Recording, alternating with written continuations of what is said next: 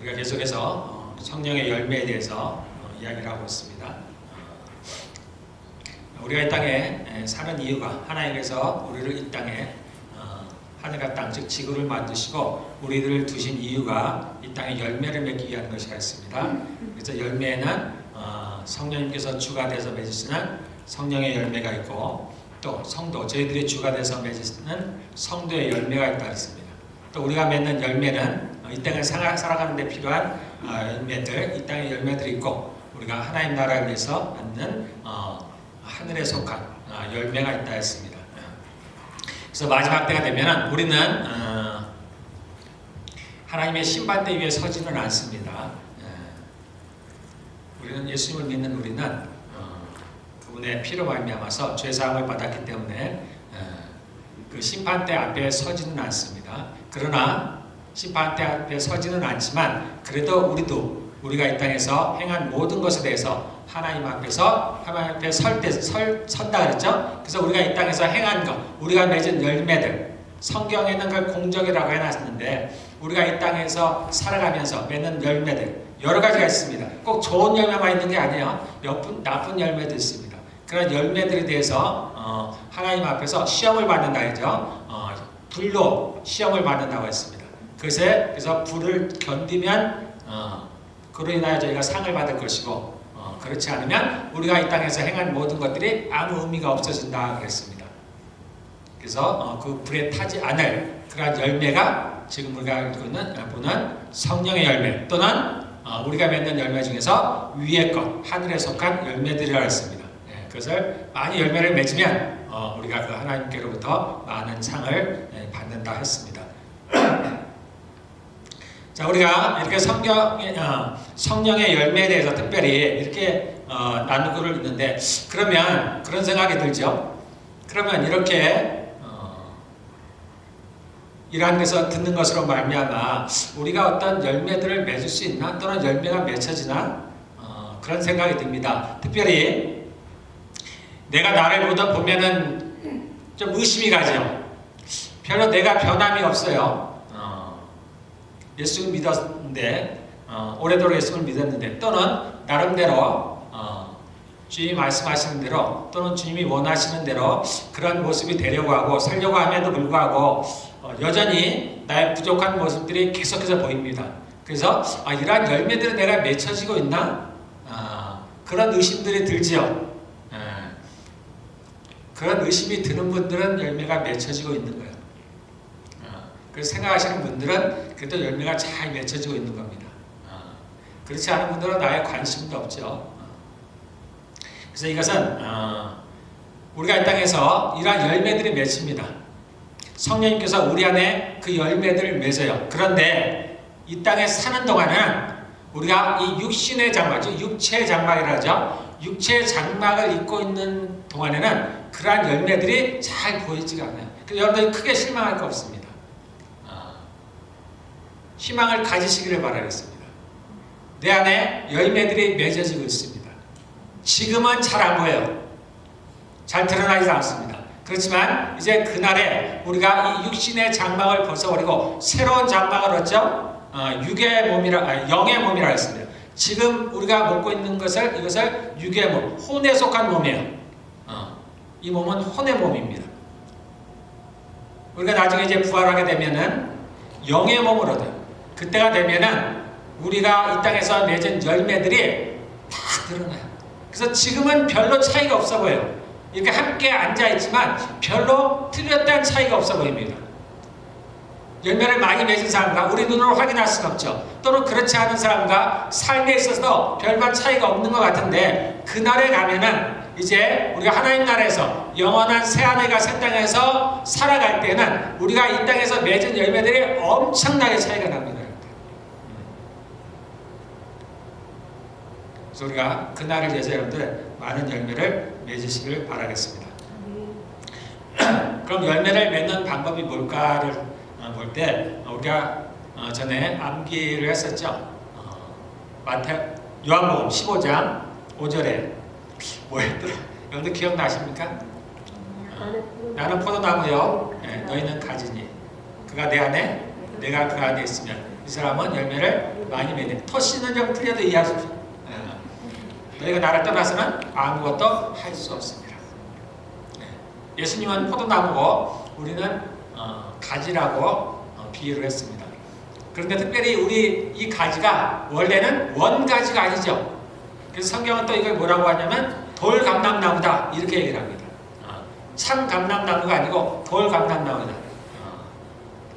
그런데 우리가 그 참감람나무에 예수님께 접붙임을 받았다 이렇게 얘기를 합니다.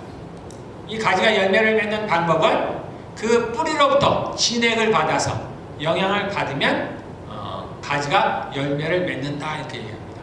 그래서 우리가 지금 외운 대로 요한복음 15장 5절에 나온 대로 그가 내 안에, 예수님이 내 안에, 그리고 내가 그 안에 있으면 이 두 가지가 잘 돼야 됩니다. 그래서 예수님을 믿는다는 얘기는 우리가 예수님과 연합을 한다는 거예요. 하나가 된다는 겁니다. 우리가 예수님을 믿으면 성령 하나님께서 우리 안에 들어오시죠. 우리 안에 어디에 들어오시냐면 내 영에 오십니다. 그래서 내 영과 하나가 되는 거예요. 예수님께서 말씀하시죠. 아버지가 내 안에, 내가 아버지 안에 있는 것 같이도 내가 너희 안에, 너희가 내 안에. 이것이 주님이 우리를 창조하신 목적입니다. 그래서 성령 하나님께서 우리 안에 들어오셔서 이제 영원히 함께 하시는 거예요. 이렇게 하나가 되어갈 겁니다.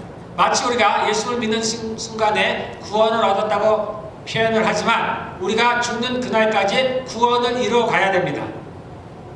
마찬가지로 우리가 예수를 믿으면 성령 하나님께서 우리 안에 들어오셔서 우리와 하나가 되어 그러나 더욱더 하나가 되어가는 거예요. 온전히 하나가 되어가는 과정을 이 땅에서 해나가는 거예요. 그래서 그리스도의 장성한 분량에까지 그리스도의 즉 하나님, 즉 신의 성품에 이르는 거예요. 그것이 우리가 이 땅에서 주님께서 우리를 지금 만드신 거라 그랬습니다.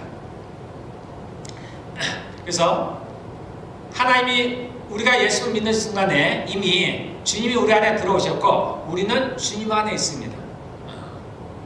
그런데 그것이 끝은 아니에요. 우리는 끊임없이 이것을 계속해서 해야 되는 거예요. 그래서 하나님이 우리 안에 머물게 하시는 것이 뭐라고 그랬습니까? 성령님을 우리가 먹고 마시는 거라 그랬죠. 그래서 성령님이 우리 안에 오시면, 우리 안에 성령이 충만하면 우리 안에 지금 말씀하신 대로 내가 너희 안에, 이것이 이루어지는 거예요. 성령님이 우리 안에, 우리가 성령으로 충만하면은 그가 내 안에 있는 게 이루어지는 겁니다.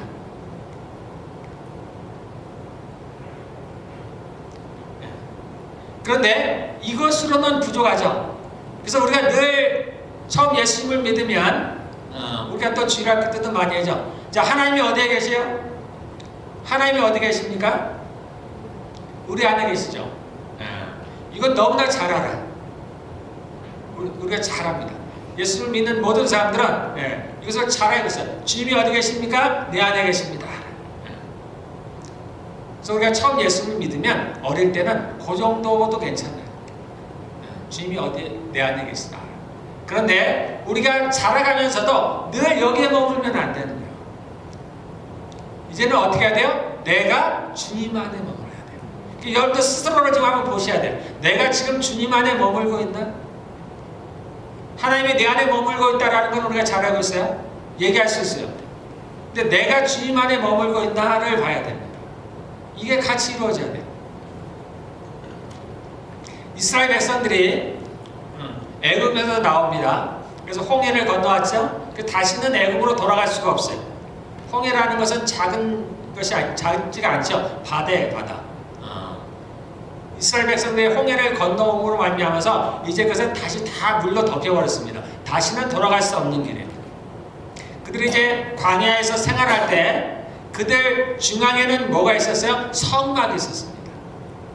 성막이라는 것은 뭐냐면, 막이라는 건 텐트를 말하고 즉 성전과 같은 것이에요. 성전이라는 얘기는 하나님이 거하시는 곳이에요. 즉 하나님의 성막이, 하나님의 성전이 이스라엘 백성들 가운데 있었다는 얘기는 뭐냐면은 하나님의 우리 안에, 그들 안에 거하신다 그런 뜻입니다. 그건 비유예요. 주님이 우리 안에 거하신다는 얘기입니다. 그래서 그들이 광야에 있을 때는 어땠습니까? 하나님께서 그들에게 보여주시죠. 낮에는 구름 기둥으로, 밤에는 불 기둥으로 그들에게 친히 눈으로 보도록 하십니다.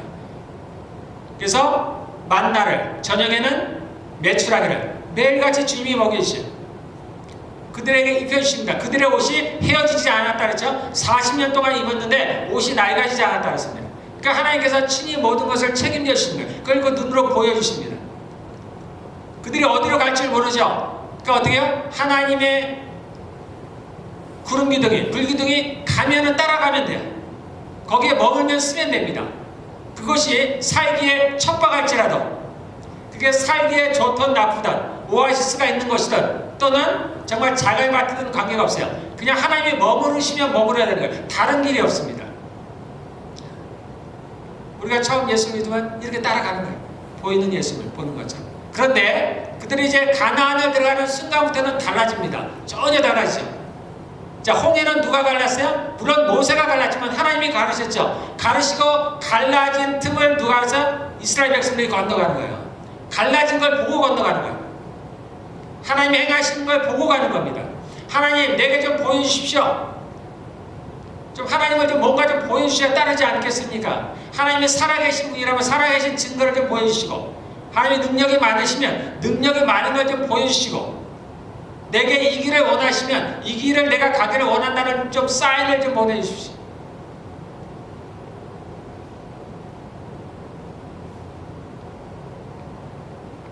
자, 그런데 이제 가나안에 들어갈 때는 어떻게 했냐면은 그 요단강을 건너죠.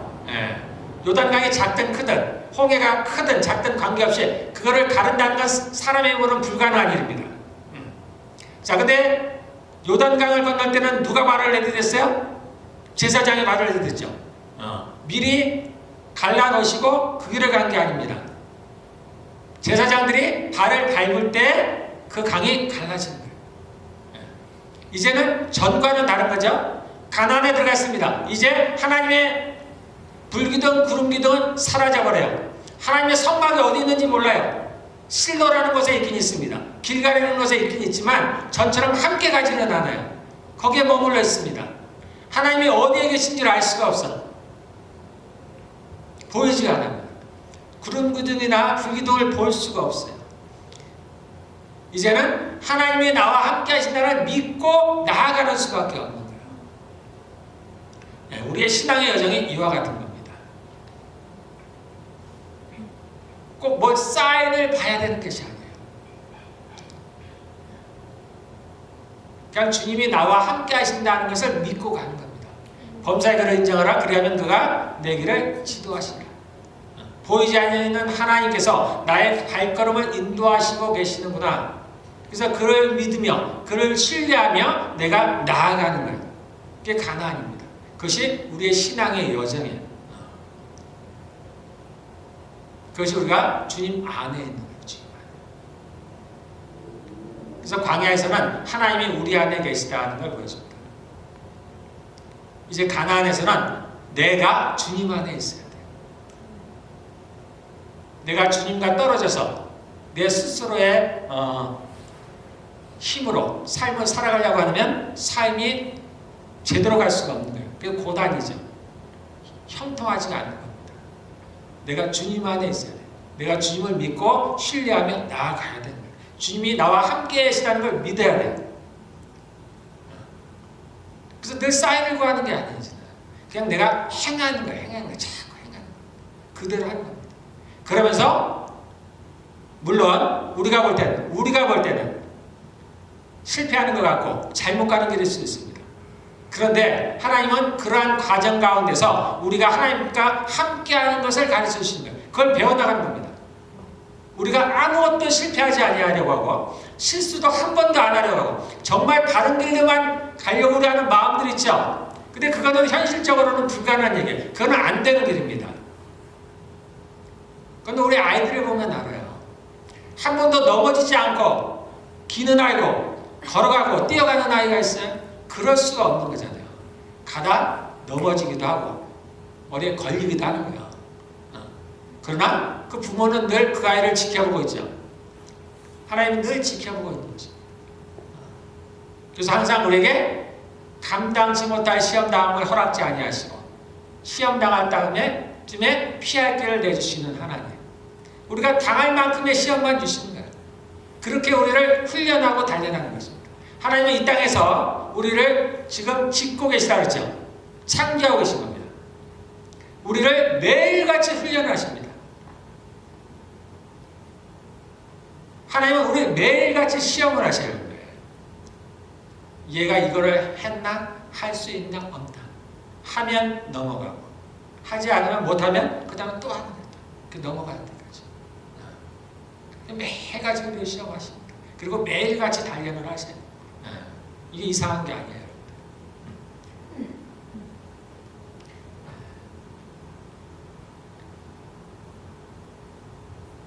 그래서 그때는 옛날에는 그들이 이제 전쟁하라는 거 있잖아요. 눈에 보이는. 그래서 가나안의 7 족속을 두려워하지 아니하고 하나님이 함께 하심을 믿고 나가서 실제로 전쟁을 하는 겁니다. 그렇게 하나님을 믿고 나아갈 때는 이스라엘 백성이 진 일이 없어요. 한 번도 안 집니다. 두려워하면서요. 피하면 집니다. 마귀는 피해서 이길 수 있는 존재가 아니에요. 우리가 피하고 싶다고 해서 피할 수 있는 존재도 아닙니다. 우리가 마귀를 이길 수 있는 유일한 길은 대적하는 길, 싸우는 길입니다. 그런데 싸우면 반드시 이깁니다. 반드시. 그래서 전에는 눈에 보이는 적들과 싸웠지만 지금은 그런 건 없죠. 눈에 보이지 않습니다. 그래서 우리가 지금은 눈에 보이지 않는 적들과 싸우는 거예요. 진짜.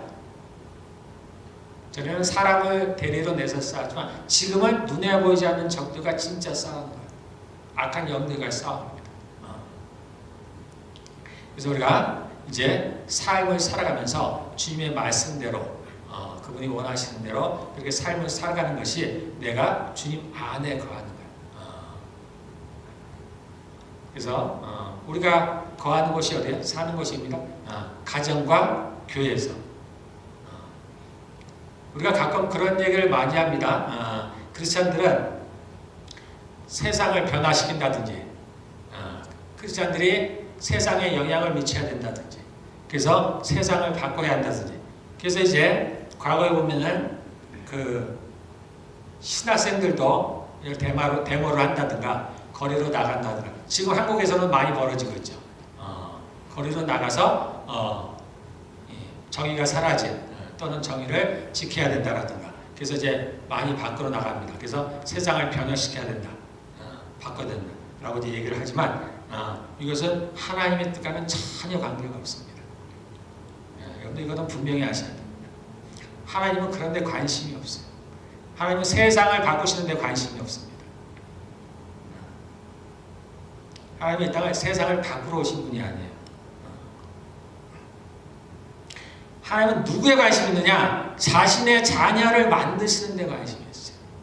이 땅은 잠시 있는 거예요. 잠시. 하나님께서 자신의 자녀들을 창조하기 위해서 그리고 그들을 영원하신 하나님의 나라를 함께 다스릴 자로 만드는 데 관심이 있는 거예요.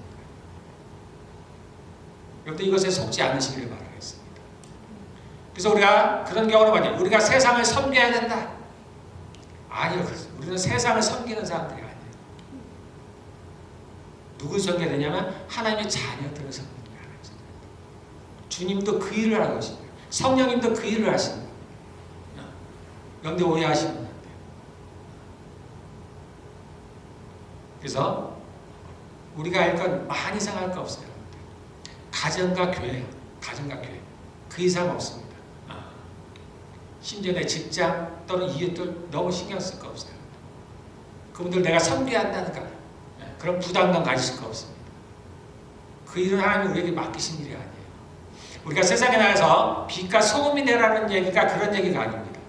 그냥 우리가 세상 가운데서 우리가 하나님의 자녀로서 정직하고 그렇다고 그를 무시하라는 얘기가 아닙니다. 내가 서로를 존중하고 우리가 그리스도의 성품을 가지고 사람들을 대하는 거예요. 그 이상이 아니에요. 그냥 그 정도 하시면 되는 겁니다. 그리고 그들에게 하나님의 말씀을 전하고 복음을 전하고 그래서 그들이 하나님에 들어올 수 있도록 하고 그 정도 하시면 되는 거예요. 그 이상을 갈 필요가 없는 거예요. 그건 오버죠. 오버는 항상 죄예요. 죄. 갈 필요가 없습니다. 그래서 항상 우리는 두 가지 가정과 교회, 가정과 교회. 그래서 내 가정의 식구들을 잘 섬기고, 그리고 하나님이 이 땅에 교회를 세우러 오셨다 그랬죠? 교회 안에 성도들을 잘 섬기는 것, 거기까지 하시면 돼요. 그것만으로 충분합니다. 더 나아갈 필요가 없어요. 요것만 잘하셔도 돼요. 그렇게 우리가 가정과 교회 안에서 하나님 말씀대로 잘 섬기고 사랑하고 존중하고 나를 나보다 높게 여기고 섬긴다. 그러할 때 내가 주님 안에 거하는 겁니다. 그러면 그리할 때 나에게 열매들이 잘 맺힌다는 거예요.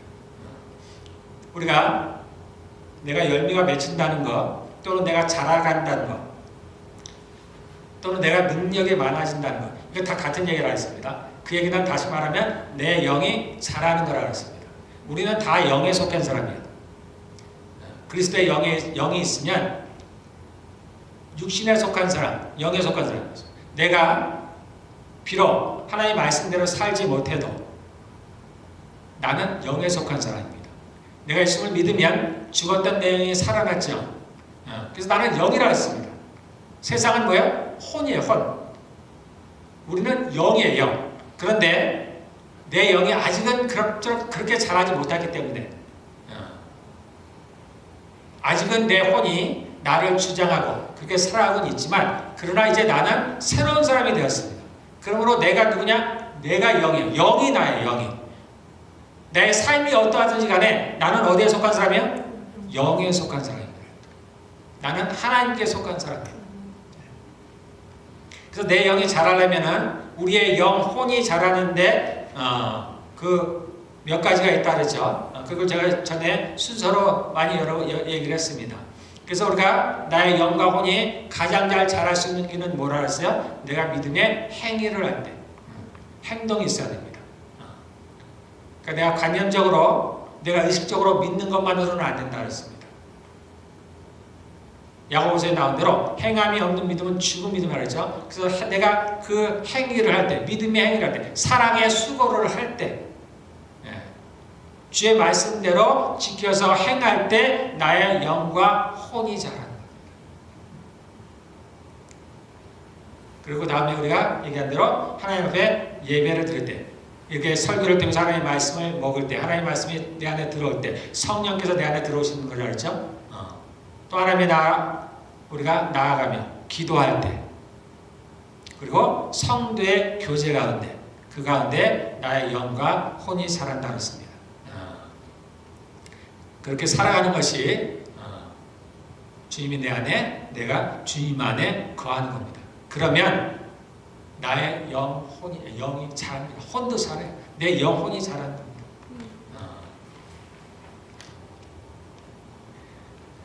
자, 오늘은 특별히가 이거 세 번째, 네 번째, 다섯 번째인가요? 친절에 대해서 나오는데요. 그 전에 제가 한번 여러분들이 이제 우리가 주님께서 우리에게 요한복음 13장 34절에 보면 이런 말씀이죠. 내가 너에게 새 계명을 주노니 내가 너희를 사랑할 것 같이 서로 사랑하라. 그 새 계명을 줬으니까 제가 계명에 대해서 잠깐 말씀을 나누면, 그러면 옛 계명이 있겠죠. 새 계명이 있었다고 하니까 옛 계명이 있습니다. 요한일서에 보면 요한이 이제 그 옛 계명, 새 계명에 대해서 얘기를 합니다. 자, 옛 계명은 뭐예요? 우리가 아는 대로 구약의 율법들, 구약의 율법들이 있겠죠. 그리고 그것을 조금 줄인 것이 십계명이라고 했습니다. 그리고 그것을 조금 더 줄이면 하나님과 이웃을 사랑하라는 것입니다. 이제 옛 계명입니다. 그래서 내 이웃을 내 몸과 같이 사랑하라는 것이 신약에 예수님께서 우리에게 주신 계명이긴 한데, 이것이 새로운 것이 아니라 그랬죠. 예전에도 있습니다. 그래서 예전에도 레위기에도 보면은 내 이웃을 내 몸과 같이 사랑하라는 구절이 있습니다. 그래서 이것은 새로운 것이 아니라고 얘기를 하는 거예요. 근데 옛 계명과 새 계명이 조금 다릅니다. 예수님께서 우리에게 말씀하시기를 내가 너에게 새 계명을 주노니, 옛 계명은 뭐냐면은 내 이웃을 내 몸과 같이 사랑하라는 겁니다. 레위기에 나온 대로. 그럼 새 계명은 뭐예요? 내가 너희를 사랑한 것 같이 사랑하라. 이제 예수님이 오셔서 십자가 죽으심으로 자신이 우리에 대한 사랑을 확증했다 그랬죠. 자신의 목숨을 바쳐서 우리를 사랑했습니다. 그러니까 주님께서 이제는 내가 너희를 사랑한 것 같이 너희도 사랑하라. 이것이 주님이 우리에게 주신 새 계명이에요. 근데 실상은 본질적으로는 같은 얘기죠. 같은 얘기입니다. 그러니까 본질적으로는 다 같아요. 하나님을 사랑하고 내 이웃을 사랑하라는 겁니다. 목숨을 다해서 사랑하라는 얘기입니다. 단지 이제 새 계명이라고 하신 얘기는 주님이 이 땅에 오셔서 이제 새롭게 우리와 언약을 맺으셨고 또 주님이 우리를 사랑하신 걸 몸소 보여주셨으니까 주님이 우리를 사랑하셨듯이 우리가 그렇게 사랑하라라고 했던 거예요. 그러나 본질적으로는 서로 사랑하라는 얘기입니다. 그래서 내 이웃을 사랑하라는 것과 내가 너희를 사랑하지 너희도 사랑하라는 얘기는 좀 전에 제가 얘기한 그대로입니다. 성도들 간에 사랑하라는 얘기예요. 성도들 간에. 내가 너희를 서로 사랑하라는 거예요. 예수님께서 세상의 사람들을 우리가 서로 사랑하듯이 그렇게 사랑하라고 하신 적이 없어요. 하나님이 세상을 이처럼 사랑하사 오셨다는 얘기는 좀 다른 얘기예요. 그래서 주님은 우리가 하나님의 자녀들이 하나님의 백성들이 서로 사랑하기를 원하는 거예요. 그러니까 여러분들 교회 안에서 하시면 됩니다. 혹 우리가 밖에서 사람들을 만날 때 우리 교회는 아니지만 믿는 사람들이 있으면 그들도 누구냐면 하나님의 자녀죠. 그들은 우리가 서로 사랑해야 돼요. 우리가 너무 우리 교회 안에 갇혀 있으면 안 됩니다. 우리가 하나님의 자녀라는 걸 가볍게 생각해요. 그냥 개념적으로 많이 생각합니다. 관념적으로. 그냥 하나님의 자녀다. 하나님의 자녀다. 근데 이게 실제. 하나님의 자녀입니다. 우리 교회는 다니지 않지만 예수를 믿는 사람들은 하나님의 자녀야 같이. 나와 같이 형제 자매입니다. 똑같이 우리가 가족일 때 어떻게 해요? 가족들을 사랑하잖아요. 가족을 사랑하는 거예요. 그래서 우리가 비록 우리 교회는 함께 다니지 않을지라도 하나님을 예수를 믿는 사람들은 우리와 다 같이 형제 자매된 사람들입니다. 그래서 우리가 그분들을 사랑해야 돼요. 특별히 더 사랑해야 되는 겁니다. 그냥 세상 사람들과는 다른 거예요. 어쨌든 하나님께서 우리에게 주신 계명, 우리에게 원하시는 이웃의 사랑은 여러분들 많이 생각할 거 없습니다. 가정과 교회예요. 그렇게 생각하시면 돼요. 그것만 해도 충분합니다.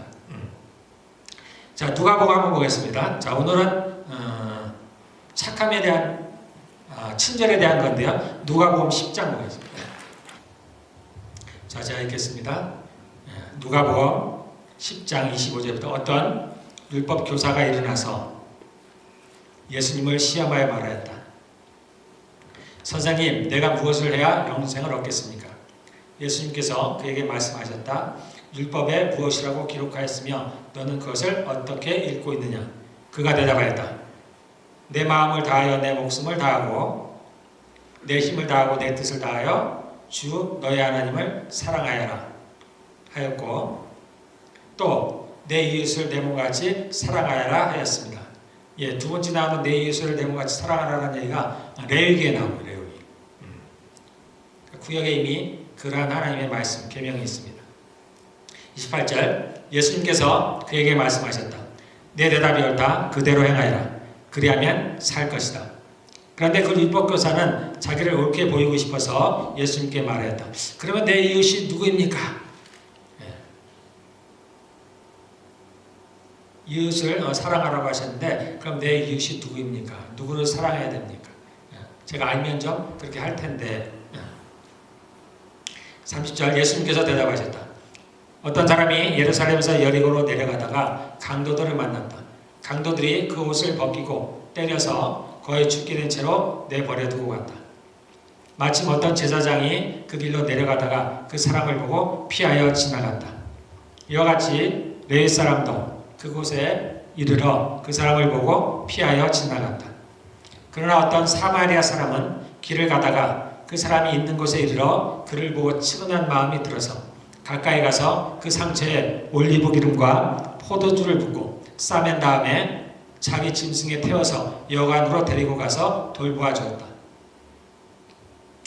다음날 그는 2데나리온을 꺼내어서 여관 주인에게 주고 말하기를 이 사람을 돌보아 주십시오. 비용이 더 들면 내가 돌아오는 길에 갚겠습니다 하였다. 너는 이 세 사람 가운데서 누가 강도 만난 사람에게 이웃이 되어 주었다고 생각하느냐? 그가 대답하였다. 자비를 베푼 사람입니다. 예수님께서 그에게 말씀하셨다. 가서 너도 이와 같이 하여라. 예. 여기에 물론 여러 가지가 나오죠. 뭐 예루살렘도 나오고 여리고도 나오고. 그래서 이것을 막 비유로 설명하시는 분이 있는데 이거 별반 의미가 없습니다. 별 의미 없고. 단지 여기서는 제사장과 레위인이 나와 있죠. 그 다음에 사마리아, 이 두 부류의 사람들이 비교가 되는 거예요. 제사장과 레위 사람들은 소위 말하면 유대인들입니다. 그 다음에 사마리아는 이방인이에요. 한쪽은 하나님을 잘 알고 있습니다. 하나님의 말씀도 알고 있고 하나님의 계명도 알고 있어요. 그리고 스스로 하나님을 사랑한다고 하고 하나님께 순종한다고 하고 하나님께 예배도 드리고 그런 사람이에요. 그럼에도 불구하고 그들은 하나님의 계명을 실제 실천하지 않았다라는 겁니다. 사마리아는 당시에 이방인이에요. 이방인. 사마리아는 예전에 이스라엘이 남쪽과 북쪽으로 나눠져 있을 때 북쪽 이스라엘의 수도입니다. 그래서 이제 요한복음인가에 보면은 예수님께서 사마리아를 건너서 지나가는 장면에 사마리아의 여인과 대화하는 장면이 나오죠. 그래서 유대인들은 이 사마리아인들을 서로 상대도 안 했습니다. 그래서 그 북쪽으로 가기 위해서 사마리아가 중간에 있으니까 이렇게 걸쳐서 올라가면 좋은데 거기를 안 지나갔어요. 그래서 뺑 돌아갔습니다. 그러니까 사마리아 여인이 예수님을 보고서 놀라는 거예요. 더군다나 사마리아 여인, 사마리아에 사는 여자에게 말을 시켰으니까 엄청난 일이에요. 사마리아 사람은 그 당시에 이런 대접을 받고 있었습니다. 이런 취급을 받고 있었어요. 하나님도 알지 못하고 계명도 알지 못하죠.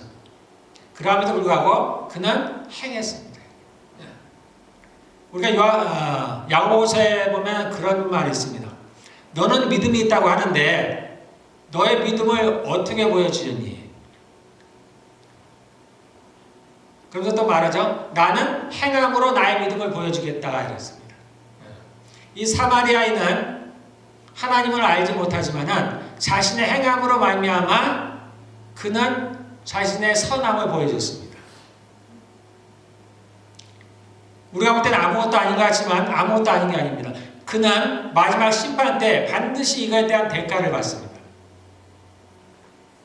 하나님은 모든 것에 대해서 대가를 주십니다. 선을 행한 것에는 상을 베푸셔요. 그래서 누군가가 냉수 한 그릇만 떨어져도 상을 받습니다. 믿지 않는 사람들도 마찬가지입니다. 저들도 자신이 이 땅에서 행한 대로, 행한 그대로 심판을 받아요. 그들이 선을 행했으면 선을 행한 대로, 악을 행했으면 악을 행한 대로. 이 사마리아인은 하나님을 알지 못했지만 선을 행했습니다. 내 이웃을 내 몸과 같이 사랑하라는 것은 하나님의 계명은 모든 사람에게 적용이 되는 거예요. 하나님의 법입니다. 그래서 이 이방인 사마리아인은 자기도 모르는 가운데 하나님의 계명을 지켰어요. 근데 레위나 이 제사장은 스스로 하나님을 안다고 함에도 불구하고 그럼에도 불구하고 그들은 실제 하나님의 계명을 지키지 못했어요.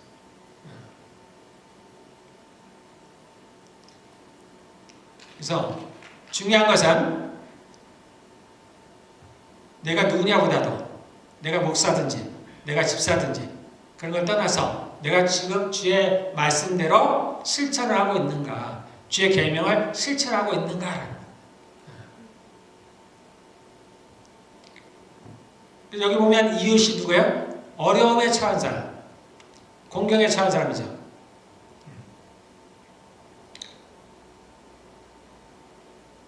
누가 이 공경에 처한 사람에게 이웃이 되어지냐. 그래서 그 사마리아인이 그에게 이웃이 되어 주었다라는 겁니다. 그러니까 우리도 그렇게 하라는 얘기예요. 그래서 우리도 어려움에 처한 사람이 있으면 도움을 주라는 겁니다. 비록 그가 예수를 안 믿는 사람일지라도 이런 사람이 있으면 우리가 도움을 줘야 됩니다. 도와줘야 돼요. 하물며 그 사람이 예수를 믿는 사람이라면 우리와 같은 형제 자매라면 더욱더 그래야 됩니다.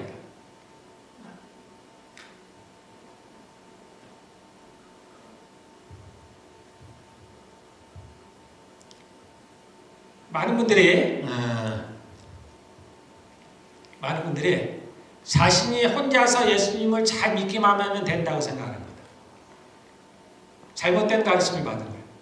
구원이 마치 개인적인 것을 너무 강조하다 보니까 자신의 믿음을 너무 강조하다 보니까 나만 예수님을 잘 믿으면 된다고 생각해요. 저도 그랬습니다.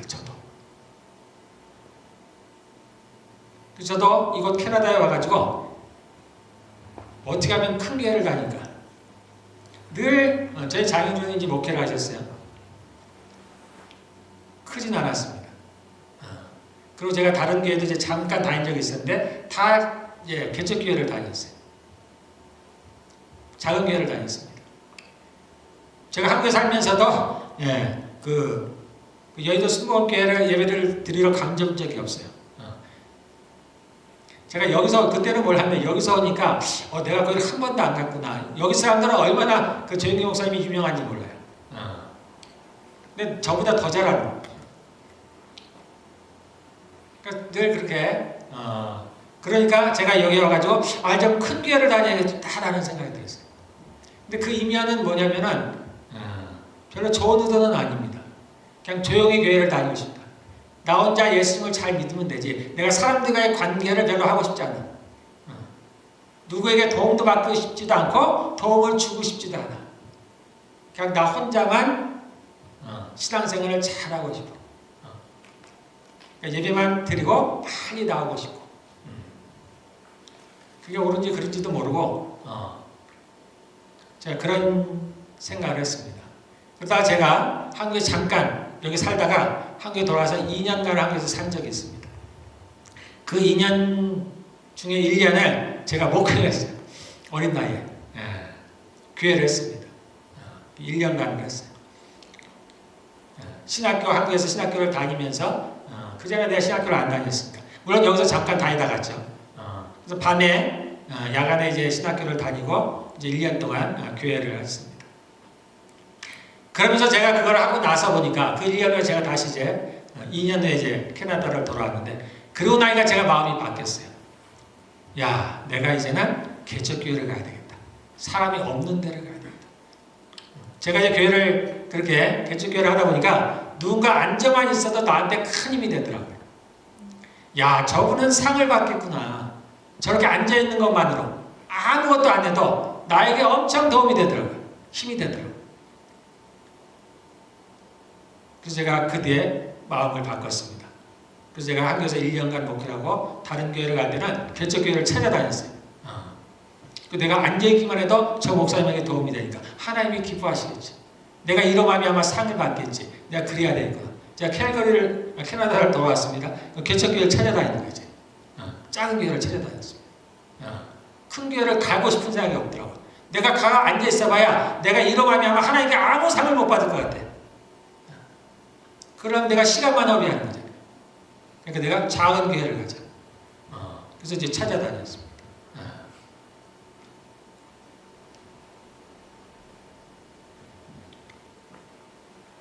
그래서 그것은 우리가 하나님의 나라와 하나님의 뜻을 잘 알지 못해서 많은 사람들이 그렇게 신앙생활을 합니다. 나 혼자면 잘하면 되는 것 같아요. 우리 가족만 잘하면 되는 것 같아요.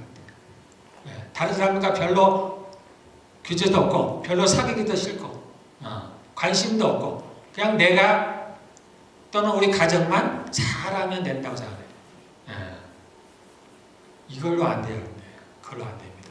이런 신앙을 뭐라 그러냐면 온실소 화초라. 온실소 화초. 가정에서 별반 어려움도 없죠. 큰일도 어려움 없을 것 같아요. 사람과 부딪히지 않으니까 그 온실속하지. 제가 캐나다 와서 이제 신앙생활 하다 보니까 제가 잡초가 된 느낌이에요. 진짜. 그래서 느낀 게 뭐냐면, 야, 내가 온실 속의 화초였구나. 그러니까 조금만 어려우면 못 견디는 거야. 견디질 못해. 인내심도 없고 참을성도 없고, 조금만 어려우면 하나님이 어디 계실까? 믿음도 없고. 그래서 우리가 그것으로는 부족합니다. 나 혼자만으로도 안 돼요. 내 가정도 안 돼요. 교회. 가정과 교회. 더 넘어갈 거 없습니다. 더 이상 넘어갈 거 없어요. 그래서 가정과 교회에서 하나님의 말씀을 실천하시면 돼요. 그래서 사람들과 교제가 있어야 돼요. 부딪혀야 돼요. 부딪히는 말미암아서 무엇이 드러나야 되냐면 내 안에 있는 죄가 드러나야 돼요. 내 안에 있는 죄라는 건 마귀라고 그랬죠? 내 안에 있는 마귀가 드러나야 돼요. 그 마귀를 내 안에서 쫓아내야 돼요. 마귀는 드러나야 된다 그랬죠? 마귀는 늘 숨어 있어요. 우리가 자녀들을 또는 누군가를 가르칠 때 내가 막 화를 내서 왔잖아. 상대가 조금 악하면, 조금 폭력적인 사람이 있으면 그 사람을 이기기 위해서는 어떻게 해야 돼? 내가 더 폭력적이 돼야 되죠. 그게 하나의 방법입니다. 그래서 누가 요만큼 소리 지르면 나는 더 크게 소리 지르죠. 내가 이기려고 하는 거예요. 그러면 이길 수가 있어요. 우리 눈에는 이길 수가 있습니다. 그런데 그것으로 말미암아서 그에게 있는 악한 영에 쫓아나지는 않는 거예요. 겉으로 드러나지는 않지만 쫓아나지 않아요. 그러면 어디에 있느냐? 다시 숨어버리는 거예요. 없어진 게 아닙니다. 아이도 제가 우리 집에 일해 가지고 왔잖아요. 그러니까 일해도 조금씩 크면서 그런 현상들이 나타납니다. 소리 지르고 울고 땡깡 부리고 아주 어렸을 때는 없던 것들이 나타나요. 왜냐하면 그 안에도 죄가 있어야 하는데 그 어린 아기 안에도 죄가 있습니다. 그래서 그런 것들이 나타나요. 그러니까 나도 할아버지지만 화가 나잖아요. 그러니까 제가 조금 이제 눈을 불하린다.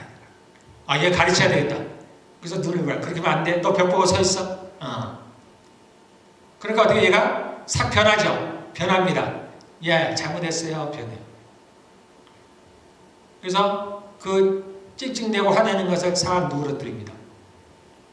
그래서 나는 잘 됐구나. 이렇게 가르쳐야지. 근데 저녁에 하나님께서 말씀하실 너가 죄를 지었다 그러더라고요. 제가 무슨 죄를 지었습니까? 너가 걔한테 화내지 않았니? 화를 냈다. 너가 눈을 부라리지 않았니? 그래서 제가 하나님께 해결했습니다. 하나님 제가 잘못했습니다. 하나님께 뭘 가르쳐주고 싶은 거냐면 내가 화를 내므로 말이야. 그 애보다 제가 세잖아요. 육신적으로. 그러니까 그 애도 어리지만 알아듣습니다. 그래서 자기가 찡찡대는 걸 멈춰요. 그런데 이것이 이 애에게 아무 도움이 안 된다는 거예요. 내가 화를 냈기 때문에. 단지 그에게 있는 그러한 죄가 숨어버렸다는 거예요. 나로 말미암아서. 드러났을 때 이걸 없애버려야 되는데 쫓아내야 되는데 그러지 못했다는 거예요. 그래서 지금은 내 앞에서는 안 드러나지만 드러난다는 거예요. 언젠가는. 만약에 그 부모가 본인보다 좀 약하다는 생각이 들 때 아이가 또 막 화를 내고 찡찡이 내는 거예요. 큰 소리를 치고 소리를 지르는 거예요. 드러난다는 거예요.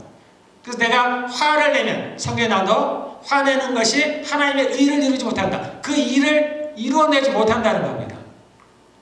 나는 크게 화 안 냈어요. 그러니까 내가 눈만 조금. 그런데 하나님 보시기에 그것도 너가 화낸 거다라는 거예요. 그걸로는 해결이 안 된다는 거예요. 아이들을 당연히 가르쳐야죠. 그 아이를 가르쳐야 되는데 화내지 말고 가르치라는 거예요. 정말 좋은 마음으로 가르치라는 거예요. 정말 좋은 마음이라면 사랑하는 마음으로. 인자하게 가르쳐. 그래도 알아듣는다는 거예요. 그리고 알아들을 뿐만 아니라 그 애는 악한 영이 떠나서 쫓겨난다는 거예요. 정말 그 애가 변화가 된다는 거예요. 그래서 우리가 이런 사람들과의 관계, 그래서 하나님께서 우리 가정을 만드셨다 그랬죠? 이 가정, 우리의 원수가 어디 있다 그랬어요? 가정 안에. 왜 원수가 있는 가정을 굳이 하나님이 만드셨어요? 이 가정의 삶 가운데서 우리 안에는 악한 죄가 드러나는 거예요. 그래서 그 악한 죄들을 우리 늘 암기하는 혼과 영을 찔러 쪼개. 그 영이 악한 영이라고 했죠. 하나님께서 그 드러난 악한 영을 쫓아내십니다. 그러므로 말미암아서 이제 그 자리를 누가 차지해서 하나님의 성령님이 차지하신 겁니다. 그러므로 이제는 내가 하나님의 성령의 열매들이 내 안에 나타나. 그러므로 말미암아 내가 변화가 일어나는 거예요.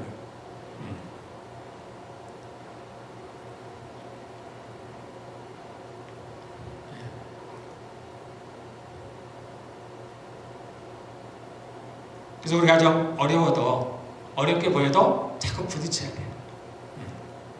사람들과 관계를 맺어야 됩니다. 그래서 나도 모르는 내 안에 악한 영들이 드러나야 돼요. 그래서 그것을 쫓아내는 거예요. 처음에는 힘들지만은 그러므로 말미암아 내가 자라납니다. 자라나. 여러분들 가정에서뿐만 아니라 우리 성도들 간에 그러한 교제들을 많이 하시기 바랍니다. 그냥 집에만 계시지 말고 집만 숨어 있지 말고 자꾸 교제를 하셔야 돼요. 그러니까 누군가 나에게 부딪히는 사람이 있어요? 그럼 어때요? 싸우라는 얘기가 아니죠. 하나님께서 알려주시는 방법으로 우리가 해야 됩니다. 그래서 그 사람을 위해서 기도하고 그 사람의 잘못된 것들을 용납하고 허물을 들추어내지 말죠. 허물을 덜펴 힘든 일이에요. 그러나 그러한 과정들이 있어야 내가 자라나는 거예요. 그래서 누군가가 나와 좀 관계가 안 좋은 사람도 극복을 해야 돼. 여러분들 싸워서가 아니고 말을 잘해서가 아니고 물론 그것도 좋지만 우리가 하나님께 기도함으로 나아가고 내 영이 자라면 극복이 됩니다. 또는 그 악한 영이 떠나가면 극복이 되는 거예요. 편해집니다. 사람이 편해져. 그러면 내가 자랐다는 증거예요. 피하면은 그걸로 해결이 안 됩니다. 그러면 내가 또 만나. 자꾸. 왜냐면 하나님은 나를 만들고자 하는 모습이 있어요.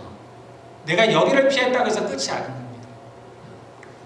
마귀는 피했다고 해서 해결되는 일들이 아닙니다. 우리가 하나님이 하시는 일들을 하나님의 계획을 우리가 이길 수가 없어요. 그분은 반드시 나를 이끌어 가십니다. 그래서 좋은 거는 빨리 하나님 앞에 순복을 하셔야 돼요. 빨리 무릎을 꿇어야 됩니다. 예. 저도 토를 안 답니다. 토를 안 달아요. 하나님 제가 그 화낸 거 아닌데 이런 토 안 달아요. 하나님 죄송합니다. 제가 잘못했습니다. 제가 그걸 화낸 것이 아니라고 생각했는데 하나님 죄송합니다. 제가 화를 냈습니다. 용서해 주십시오. 예. 그래야 빨리빨리 해결이 돼요. 예. 최근에 하나님께서 지난주에 제가 지난주인가 지난주에 설교 때 그 얘기를 하신 적이 있습니다. 요즘 이제 미국과 이란이 전쟁을 하는데 이것을 성경에 요한계시록과 또는 에스겔에 있는 예언서를 통해서 이것을 해석을 하려고 하는 사람들이 있더라. 그런데 나는 이제 그거에 대해서 전혀 제가 문외한이고 아는 바가 없어서 잘은 모르겠다라는 제가 이야기를 한 적이 있는데 지난 한 주간 하나님께서 저에게 계시록을 이제 가르쳐 주셨습니다. 그래서 전에는 도저히 아무리 읽어도 그 의미도 모르겠고 이게 뭔지도 모르겠고 계시록 자체가 뭔지도 모르겠고 계시록을 많이 얘기하시는 분들이 있습니다. 그래서 부분적으로는 이제 해석을 하기도 하고 또는 많은 분들이 계시록 강의라고 해서 일자다 쫙 하시는 분들이 있어요. 근데 제가 아는 한 이 계시록을 해석하신 분이 없어요. 그냥 계시록에 있는 어떤 단어들, 어떤 문장을 가지고 설교를 하지만 그 계시록에 나와 있는 그러한 내용들 또는 상징들, 그것이 무슨 뜻인지, 이것이 무슨 내용인지, 이 전체적으로 이게 무슨 내용인지를 이렇게 얘기하시는 분은 저는 이제 들어본 적은 없습니다. 근데 이제 지난주에 하나님께서 저에게 4일 동안 그걸 이제 가르쳐 주셨어요. 그래서 제가 이제 전체적으로 완벽하지는 않지만 한 80~90% 정도는 제가 이제 알았습니다. 그걸 알면서 제가 이제 느낀 게 뭐였냐면, 야, 그렇구나. 이 계시록을 하나님께서 그렇게 사람들에게 계시를 안 해준 이유가 있구나. 알 필요가 없어, 알 필요가. 그러니까 전에 그러한 일들이 벌어지기 전에는 알 필요가 없는 거예요. 그러니까 하나님께서 그것도 알려주지도 않는 거고. 그러니까 무리하게 이제 계시록을 막 해석을 한다든가 풀려고 하니까 이상하게 되는 거예요. 그런데 반대로 야, 이게 마지막 때가 되면, 즉 그때가 오면 이 계시록을 알아야 되는구나 라는 생각이 들었습니다. 주님이 오실 때 주님 우리에게 어떻게 오신다 그랬어요? 세상에 몰래 도둑같이 온다는 말은 좋은 표현이 아닙니다. 주님을 도도로 표현하시면 안 돼요. 주님은 그냥 사람들이 모르게 오는 거예요. 몰래. 모르게 오는 것들이 아니라 그들은 알 수가 없는 거예요. 하나님께 관심이 없기 때문에. 그런데 우리에게는 그렇지 않는다 그랬죠. 너희에게는 그렇지 아니야. 우리가 날씨를 보면은 시대를 분간을 하듯이 뭐 밤에 붉으면 내일 어떻게 날씨가 좋고 아침이 붉으면 날이 굳을 것을 너희가 알지 않느냐. 그렇게 시대를 분별하듯이 그렇게 모르게 오지 않는다는 거예요. 깨어있으라는 거예요. 그래서 제가 이제 계시록을 배우면서 야 그렇구나. 이거를 알아야 이때를 알 수가 있겠구나. 여러분들이 그때를 알기 위해서 시대를 분별할 필요 없습니다. 여러분들이 뉴스를 보고 이스라엘에 일어난 일들을 보고 세상에 일어난 일들을 보면서 아 지금이 어느 때인가 여러분들이 굳이 찾아볼 이유가 없어요. 여러분들 알 수도 없고 알 수 없습니다. 그렇게 해서 또 알 수 있는 것들이 아니에요. 그것은 제가 알면 돼요. 제가 알면 됩니다. 그리고 여러분들에게 알려주면 됩니다. 그래서 데살로니가에 보면은 그 예수님이 오신다는 걸 사람들 알았어요. 그러니까 늘 그걸 준비했습니다. 근데 바울이 데살로니가 2에 가서 뭐라고 얘기하면 그렇게 준비하는 사람들고 뭐라고 하냐면 그러니까 일상의 삶이 잘 안 되잖아요. 그러니까 얘기하죠. 예수님이 오려면 다시 오려면 그 전에 뭐가 나타나야 된다고요? 적그리스도가 반드시 나타나야 돼. 그러니까 지금 언제 올까? 언제 예수님이 오신다? 그렇게 궁금할 게 없다라는 거예요. 먼저 무엇이 나타나냐면 적그리스도가 나타나야 된다. 적그리스도가 나타나면 우리가 아는 대로 그 정도 우리가 지식은 있죠. 대환란이 있다 그랬죠. 7년 동안 정확한 7년은 아닙니다. 그러나 7년 정도의 환란이 있습니다. 그리고 그 중간에 보면은 3년 반이 지나면은 그때부터 엄청난 환란이 있죠. 하나님의 진노가 쏟아집니다. 그리고 그 3년 반이 지나면 무슨 현상이 나타나냐면 이제 짐승의 표를 받게 되고 그 다음에 표를 받지 않는 사람들은 매매를 못하지고 그래서 그러한 일들이 벌어지는 거죠. 그래서 이제 어떤 일들이 일어나면 우리가 근데 적그리스도가 누군지 모르잖아요. 그러니까 이제 계시록을 통해서 보면 적그리스도가 대략 이런 모습이다. 이렇게 날 거다. 그때 세상에 이런 변화들이 좀 있을 거다라는 것들이 언급의 부분들이 있습니다. 그래서 그런 것이 우리가 생각하는 예를 들어서 하늘에 불 붙는 산이 바다에 떨어진다. 또는 뭐 큰 별이 떨어진다. 그래서 이제 계시록을 억지로 해석하는 분들이 마치 이것이 핵전쟁이다. 또는 제3차 세계대전이다. 이렇게 얘기하시는 분들이 있는데 전혀 그거와는 관계가 없습니다. 이거는 그냥 영적인 일들이에요. 그래서 우리가 혹시 기대하는 뭐 이스라엘과 또는 이란과 미국과의 전쟁이 계시록에 어떻게 나와 있나? 아니요, 전혀 나와 있지 않습니다. 그거와는 관계가 없어요. 그런데 이 마지막 때에 나타난 일들에서 드문드문 나와 있습니다. 그래서 그러한 것들을 통해서 이제 마지막 때가 왔구나라는 걸 저는 좀 어느 정도 알 수 있을 것 같아요. 그러면 이제 주님 오실 날이 얼마 안 남았구나. 마지막 때만 힘들죠. 고난의 때입니다. 그러면 어떤 일이 벌어졌을 때 이제 주님이 오실 날이 예를 들어서 적그리스도가 나타났다. 그러면 정확히 우리가 때와 시는 모르지만 대략 한 7년 정도 지나면 이제 예수님이 올 것 같구나. 표를 받기 시작하면 이제 그런 일이 보면 조만간 3, 4년 뒤면 예수님이 오겠구나. 우리가 그런 걸 감을 잡을 수 있습니다. 그럼 내가 이렇게 힘든 어려운 상황 속에서도 끝이 있잖아요. 조만간. 그러면 내가 그것을 견딜 수 있습니다. 그리고 이제 그러한 일들이 벌어질 것 같으니까 나름대로 물론 하나님의 성령께서 다 준비하고 인도하시겠죠. 그래서 그렇게 준비할 수 있겠구나. 그런 생각을 많이 했습니다. 그래서 우리가 이때를 살아가는 이때 너무 세상 일에 관심 안 가져도 됩니다. 우리의 관심은 늘 어디에 있냐면 내가 지금 무슨 열매를 맺고 있느냐라는 겁니다. 거기에만 관심을 가져요. 내가 성령의 열매를 잘 맺고 있는가? 내가 성도의 열매, 위에 속한 성도의 열매를 잘 맺고 있는가? 생활에 매이지 마시고 생활에.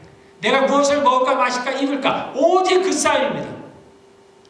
제가 시간이 좀 됐지만 하나만 얘기하면 계시록 10장에 보면 그 얘기 나오죠.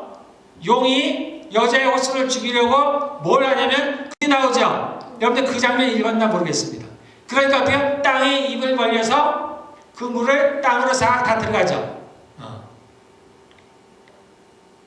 용의 입에서 나오는 물이 뭘 것 같아요? 상징은 다 이유가 있습니다. 제가 이제 시간이 되면 또는 하나님이 허락을 하시면 제가 계시록을 한 절 한 절, 한 장 한 장 읽으면서 다 제가 설명을 해드릴 텐데 그 용의 입에서 나오는 물이 뭐 같아요, 여러분들? 용이 여자를 또는 여자의 후손을 죽이려고 하는데 뭘로 죽이려고 해요? 물을 내서 입에서 물을 뿌려서 죽이려고 합니다. 즉 지금 이 땅에서 그 용이 즉 마귀가 그 일을 하고 있다는 거예요. 물이 뭘 것 같아요? 자, 요거만 여러분들 맞추면 마치겠습니다. 자, 마칠 때까지 맞춰보세요. 물이 뭘까? 예? 예? 생명. 돈이에요, 돈. 물질로. 세상 사람들 물질로. 그래서 하나님과 재물을 겸하여 섬길 수 없다. 돈을 사랑하는 것이 일만하게 뿌리다. 여러분, 내가 누구를 사랑하는지 잘 봐요, 여러분들. 내가 지금 갖고 있는 직업, 내가 은혜에 있는 돈, 뭘 사랑하는지 잘 봐요. 이거 갖고 싸우는 거예요, 이거 갖고. 땅은 성도를 말하는 겁니다. 그래서 마귀는 처음부터 끝까지 돈으로 갖고 사람들을 유혹하는 거예요. 돈 다른 거 아닙니다. 먹고 사는 문제예요, 여러분들. 내가 지금 뭐에 매여 있나 보세요. 여러분들 제가 볼 때 대부분 다 여기 매여 있어요. 아니라고 할 사람이 얼마나 될까? 벗어나야 됩니다. 먼저 그게 안 필요하다는 거 아니야? 먼저 그의 나라와 의를